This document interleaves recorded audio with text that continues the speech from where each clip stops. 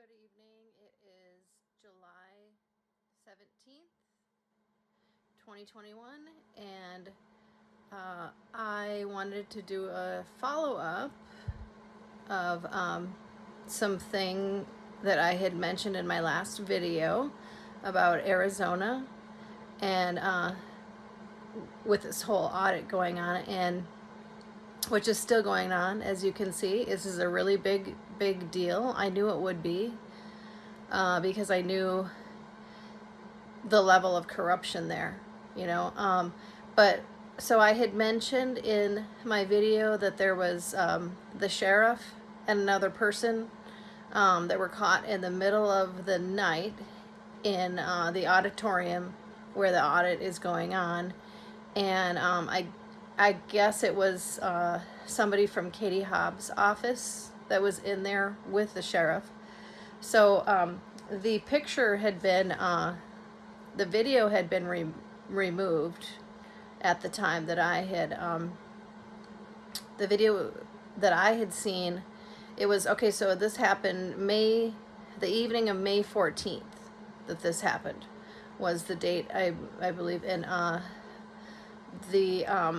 I saw the video the next day on Julie Green Ministry. It was, I believe, Nick Fleming that had shared it, and then now I can't find the video, but thankfully I had taken a snapshot of that video that I wanted to share with you tonight, and I printed that out, and so this was the snapshot of that video. So this was in the middle of the night. There's the sheriff and some woman walking across. Okay, so I have done this before, so hopefully you can see that. Yeah. Okay, so that's a snapshot that I took on my phone before, because I had a feeling that they were going to remove that video. Okay, so, and I would recommend, I've done this before where I've taken snapshots of videos where I think maybe they will delete them. So I take snapshots of different things before they delete them. So, and then another interesting thing, and then it sounds to me like, and I have another picture that I found recently too that I want to share too, but it sounds to me like this sheriff, from what I'm hearing, is just, you know, basically just a real dirty guy. And I think what I'm hearing, what somebody said, it was probably put in right by George Soros, you know, because this is such a corrupt area, or that, you know, this is just such a serious, they took this county real seriously. So you know, some of these, you know, where do some of these sheriffs come from? Because, you know, I'm dealing with a very corrupt sheriff where where I normally live, in South Dakota, and I've shared these in prior videos, and we still to this day are dealing with these issues. We were trying to get him recalled, and, you know, nobody even knows who voted for this guy. Like, he's been a sheriff there for like 10 years. Nobody knows where he came from. I can't find his past of where he was a police or sheriff. I can't find any history on him. We've tried to get him recalled, signed petitions. We filed complaints with the attorney generals. I tried filing a lawsuit. Myself and other neighbors, we tried filing a lawsuit, but then somebody in Pierre would not let the case, a corrupt judge in Pierre would not let the case proceed. So, you know, we're dealing with corruption, you know, all the way up in the courts and everything. That's why we haven't seen justice, because it goes all the way up to the courts. So the judges are corrupt too, along with the sheriffs. So we weren't able to get anywhere, and he's still there. And so, you know, once these people get put in power, these bad people, it's like really hard to get them removed. That's why, and then, you know, that's why it makes this whole police thing so scary, where these type of things are happening, where what happened in Minneapolis with George Floyd, is that, you know, because some of them that are dirty, I'm certainly not saying all of them are dirty, and I never have said that, but when they are, it's hard to get them removed, like especially the sheriffs, so that's kind of what we're dealing with. That's why, that's what makes it scary. But anyway, and then I found another picture, because I've been exposing John McCain on several of my videos, and then so I'm searching some things the other day, and I find this picture, which, so this is John McCain, and one of the pictures where he was younger here, and then I found this obscure picture that I don't think anybody has ever seen, or very rarely has anybody ever seen this. This was a picture of when he was POW, but I want to show you up close his eyes. Okay, so in this picture, and then in a couple other pictures, his eyes are slit eyes. Okay, and this is a very rare photo that I found. Let's see if you can see it. I think you can see it barely, but anyway, so I had been, kind of following this whole reptilian thing, and those look like reptilian eyes. So I mean, that's a real rare photo that I found that, and there's a couple other ones.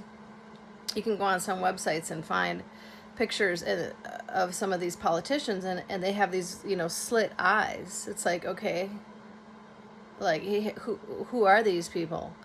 So we've had politicians that are literally like monsters in power for years, and I mean, this is scary. But so the thing with these police, like in Minneapolis, they passed a Police Accountability Act recently, and so hopefully they're making progress there. But people have asked me, like what do I think is the solution, and certainly the solution is not to defund the police. I don't believe that is the solution. But like maybe reallocating the funds so there's more accountability. Because that's what people are so freaked out, is that, it's so hard to prosecute ones that are dirty. So, as a whistleblower, when I became a targeted individual, I got harassed. It was mostly the police that are involved in harassing targeted individuals. And so that's why this is such a sore subject for me.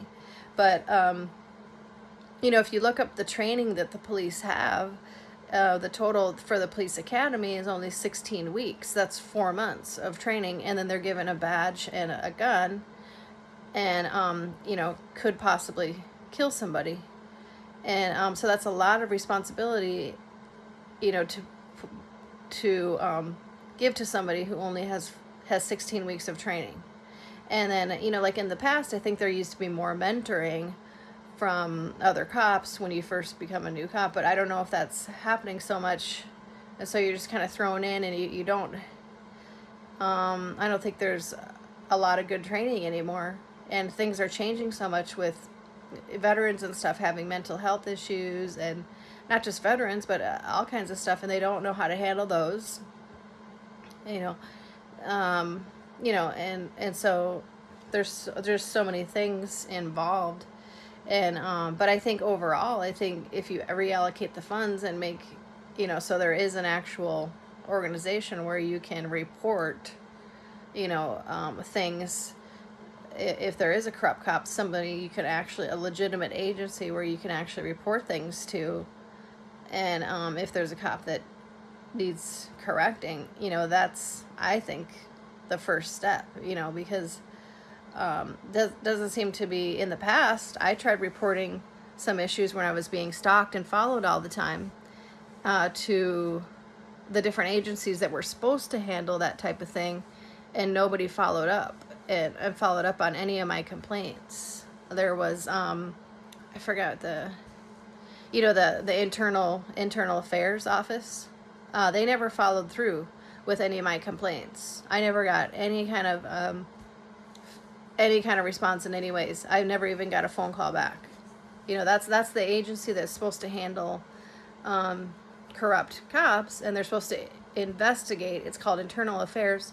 Well, in the past, when I tried reporting that to Internal Affairs offices, different places where I had issues with the police, they never even bothered getting back to me. So, I mean, if you don't have any kind of legitimate agency that is overseeing these type of things, well, obviously nothing's going to happen. You know, the corrupt cop is still going to be there. So, anyway, I'm hoping for positive changes in that area for the benefit of everybody, for the benefit of the people, plus the cops that are trying to do the good thing, the right thing, you know. So anyway, I just wanted to do a follow-up, and, you know, it's certainly interesting what's going on with these audits. Arizona, I think, you know, is potentially going to be like the, you know, if that one is found to be fraud, which we all know it is, then I hopefully there'll be a domino effect from there. But the other issue there too that I was exposing last time in my last video was something about Cindy McCain, and I was also talking on a radio show, and Stu Webb, I can post the radio show that I did with him, and he confirmed things about Cindy McCain too that hardly anybody is talking about, how her company, or her background is a mafia family, the Hensley family, and apparently they have been involved. Now so Stu Webb has been a whistleblower for many years. He's got a radio show, and he's had a lot of whistleblowers on his show, and he said that the McCains have been involved in some kind of dry cleaning business. It's a dry cleaning business in Afghanistan, but really there's other things going on with transporting heroin or something like that. So I had I had heard about different things like that, and Stu Webb confirmed that. Other whistleblowers have confirmed that. So, you know, these are things that I heard from whistleblowers. Okay, so I am stating different things that whistleblowers have told me, or people that have been in Arizona that know these type of things. Okay, these are like people that, and some of these whistleblowers were like contacts with, you know, that know this stuff from Arizona from years ago. So this is stuff from Stu Webb and some other whistleblowers. So anyway, you know, that's why. Well, and then I see that Meghan McCain was taken off The View. Well, I mean, it's probably just because all of the McCains are just being exposed. You know, John McCain and Cindy McCain. You know, it's just, you know, and I always said in the past with Meghan McCain, like, I don't even know why she has any kind of platform to, you know, what is her background for having any kind of background to even talk on The View, because she really didn't serve herself. She didn't really serve in the military or in politics or anything. Like, so what gives her any type of authority to talk on any kind of subject on The View, except for, you know, like, I've always said that about her. Like, who are you to even talk about any of these things when you yourself have never served in any kind of an office or in the military? You know, that's what I've said about Meghan McCain years ago. But anyway, okay, so we'll just see what happens here with these audits. And I think, you know, this is all just going to take time. I had a scripture. There's a scripture that let's see if I can. Okay, so this is, well, basically the scripture, okay, I didn't write it down. But basically the scripture that I was reading that I feel pertains to what we're going through right now is God is basically separating the wheat from the chaff. I feel like we're in a time where God is separating the wheat from the chaff. Okay, and it's a Bible scripture talking about how it's kind of like a pruning, not really, not exactly a pruning, but basically he's, people that he's seeing the ones that are actually true to his heart and ones that are just fake, I mean, so he's separating the wheat from the chaff right now. So he's seeing, basically people are just showing their true colors. They're either going to step up to the plate and fight for humanity in this fight for humanity, or they're going to show their true colors. And I think, that's the stage that I feel that we are in right now, a separating from the wheat from the chaff. And you can look up that Bible verse, and basically it's just God talking about how that is that he's used that analogy, talking about how he, when you're going through some things, people show their true colors, and and so everything, I guess, is just going through stages that they have to go through. Like, I think there was a weeding out of a lot of fake fake people in the church. Now I think it's just a separating of the wheat from the chaff. It's shown people are, there's some people are just showing how cowardly they are. And I mean, this we